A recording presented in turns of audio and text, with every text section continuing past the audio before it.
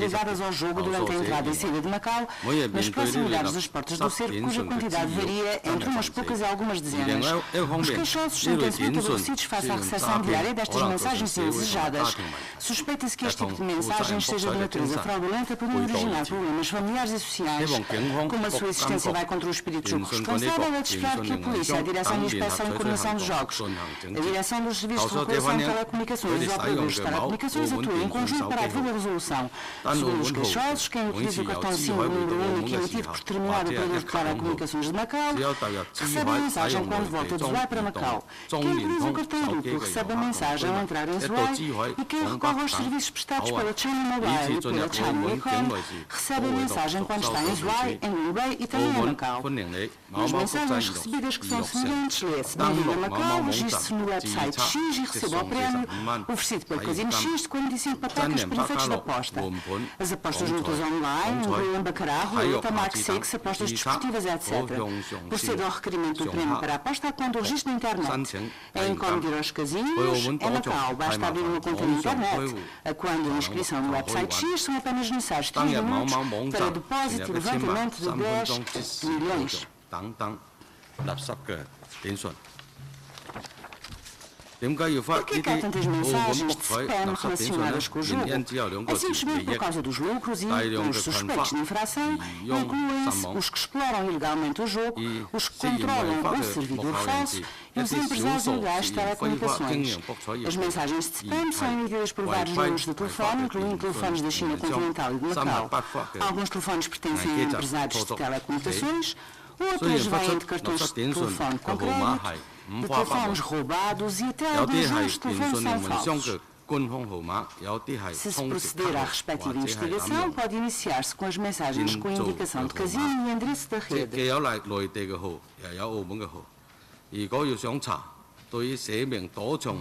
Para além disso, alguns empresários de telecomunicações vendem a base de dados dos utentes às pessoas que exploram o jogo ilegal.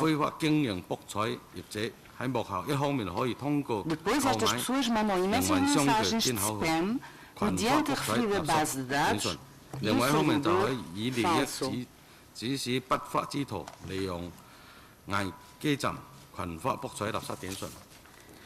A CCTV denunciou que a China Mobile mandou muitas destas mensagens e na rede foram descobertas mensagens de spam relacionadas com o jogo de Macau. Quando os utentes cujos telemóveis podem navegar na rede CTM da China Mobile passam pelas fronteiras, recebem sempre muitas mensagens de spam relacionadas com o jogo. Porquê? Perante o facto de empresários locais venderem base de dados dos utentes, como se procede à respectiva fiscalização, quanto aos cartões de telemóvel que têm dois números, um para uso em Macau e outro na China, os dados pessoais destes utentes foram já revelados a empresários de telecomunicações da China? Como é que a Direção dos Serviços de Regulação de Telecomunicações procede à fiscalização sobre isto? Quanto ao combate ao envio de mensagens em massa através de servidores falsos, vejamos as medidas adotadas pelas autoridades do interior da China. Segundo os média de diferentes cidades e províncias chinesas, em novembro de 2013, o indivíduo de apelido Li foi condenado a 4 anos de prisão por ter enviado em Xangai e em Suzhou, por meio de servidores falsos, mais de 160 mil mensagens relacionadas com o jogo em casino de Macau. Em dezembro de 2013, um indivíduo de apelido Wang, de Guangzhou, e também em fevereiro e março um outro de apelido Wang de Hangzhou e outro de apelido Xie Xian foram também detidos pelas autoridades por envio de mensagens em grande quantidade. As fotos divulgadas pelas autoridades policiais chinesas revelam que um computador portátil é o retransmissor de mensagens e uma antena é todo o equipamento necessário para um servidor falso e o preço ronda apenas 20 mil yuan.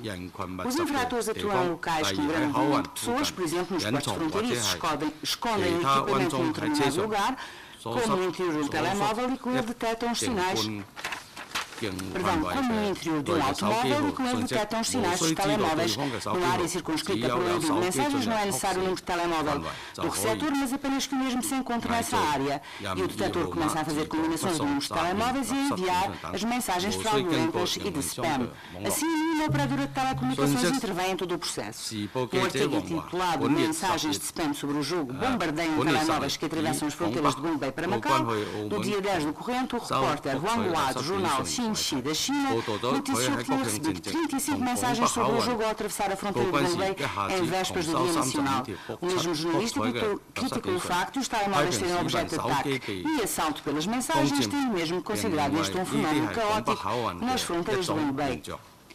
Macau é uma cidade turística internacional e os postos fronteiriços como as portas do cerco constituem a nossa entrada para receber os turistas e não só. Muitos residentes e trabalhadores não residentes também passam diariamente pela fronteira e são obrigados a receber no seu telemóvel as mensagens de promoção do jogo sempre que entram no território, sendo assim um verdadeiro assédio. Embora o setor do jogo seja dominante, nunca se deve incentivar as pessoas a jogar. Por outro lado, o envio de mensagens de spam também poderá ser ilegal. Assim, na minha opinião, as operadoras de telecomunicações devem portar-se melhor, gerir bem a plataforma para o envio das mensagens de telemóvel e a DSRT deve também reforçar a respectiva fiscalização. A Divisão de Investigação de Crimes Económicos, subordinada ao Departamento de Investigação de Crimes relacionados com o jogo económicos e o Departamento de Coordenação de Informática e Telecomunicações da PJ deve igualmente reforçar o acompanhamento do fim da situação, ou seja, em caso de necessidade, lançar mão do mecanismo de cooperação entre Guangdong e Macau nos assuntos policiais para prevenir conjuntamente a referida situação. Quanto ao tratamento de mensagens de spam, o Governo pode aprender com as experiências dos países ocidentais e aperfeiçoar assim as leis correspondentes no sentido de não permitir que indivíduos, empresas e associações e até operadoras de telecomunicações enviem abusivamente este tipo de mensagens. Obrigado.